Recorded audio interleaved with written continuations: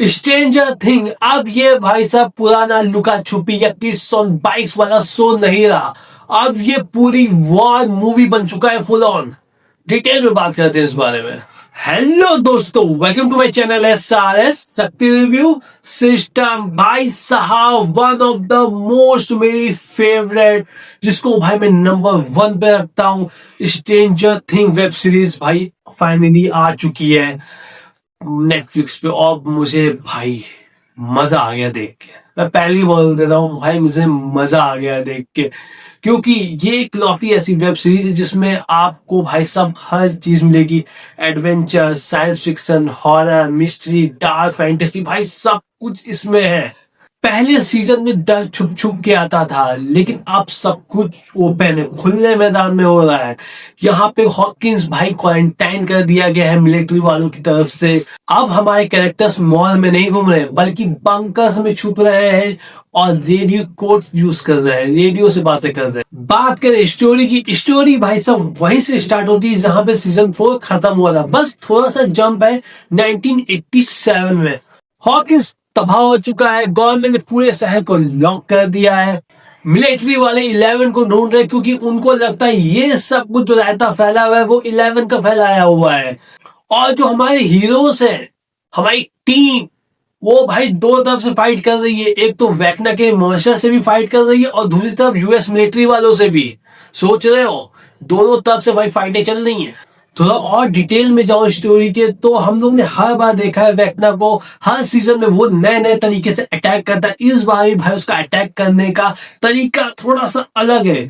वो इस बार भाई बच्चों को किडनैप कर रहा है, अपने मॉन्स्टर भेजता है, बच्चों को किडनैप कर रहा है। और उसको चाहिए 12 बच्चे। अब वो 12 बच्चे उसको क्यों चाहिए, किस लिए चाहिए, वो बच्चों के साथ वो क्या कर रहा है, ये सब तो आपको आने वाली वेब सीरीज में ही पता चलेगा, जब आने वाले एपिसोड आएंगे। अभी तक 4 ही एपिसोड आए हैं इसके, और चारों भाई साहब मजेदार है। एक से 1.5 घंटे के बीच में ही है सभी एपिसोड। अब बात करते हैं कैरेक्टर्स की। सबसे पहले बात करना चाहूंगा मैं विल के बारे में, क्योंकि अब तक जितने भी सीजन्स में हमको विल दिखाया गया है वो हमेशा रोता हुआ, डिप्रेशन में परेशान दिखाया गया, बार बार अपनी नेक को टच करता है, डरा हुआ सहमा हुआ सा रहता है।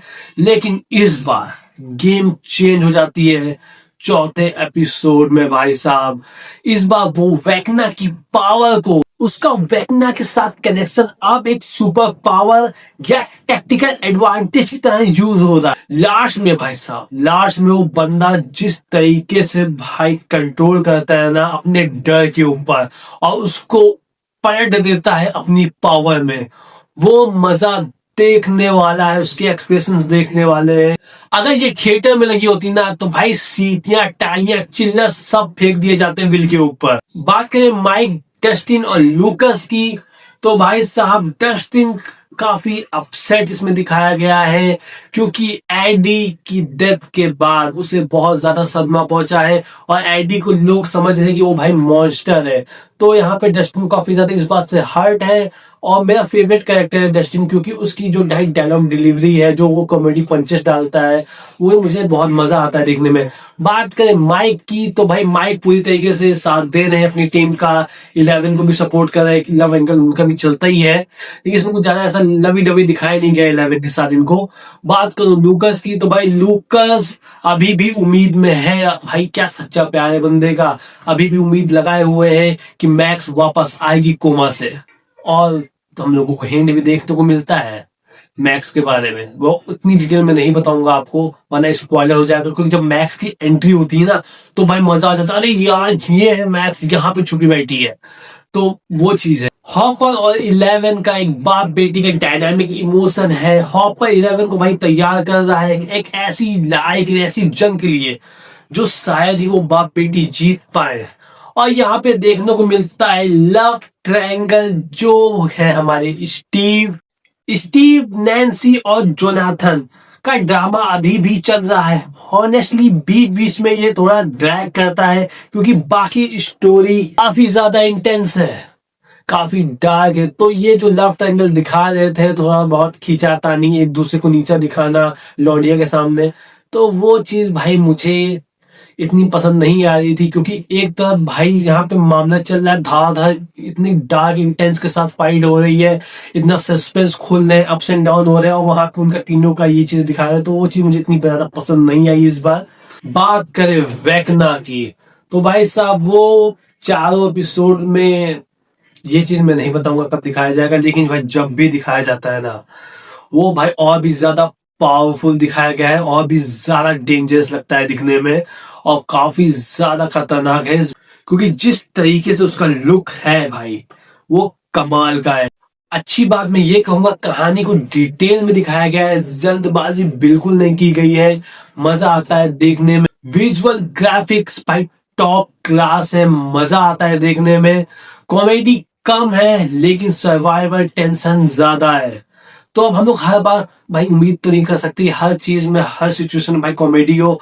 अब एक कहानी चल रही है स्टोरी, अब जहां पे वो भाई ऐसे फेज में है जहां पे टेंशन ज्यादा है, जहां पे भाई प्रॉब्लम्स बहुत ज्यादा है, तो उस बीच ऐसी कॉमेडी अभी नहीं लगेगी, और जाहिर सी बात है अब मजा आने वाला है आगे के पार्ट्स। बात करूं फाइनल, अब मैं बोलूं तो भाई ये वेब सीरीज भाई कमाल की है। जिन्होंने नहीं देखी है अब तक, तो भाई देख डालो भाई, मजा आ जाएगा। सीजन 1 से सीजन 5 तक आप लोग भाई कैरेक्टर्स से ऐसे भाई क्या कहते हैं अटैच हो जाओ, ऐसा लगेगा कि घर के ही लोग हैं। विल, माइक, 11 भाई साहब सबसे आपको लगाव हो जाएगा।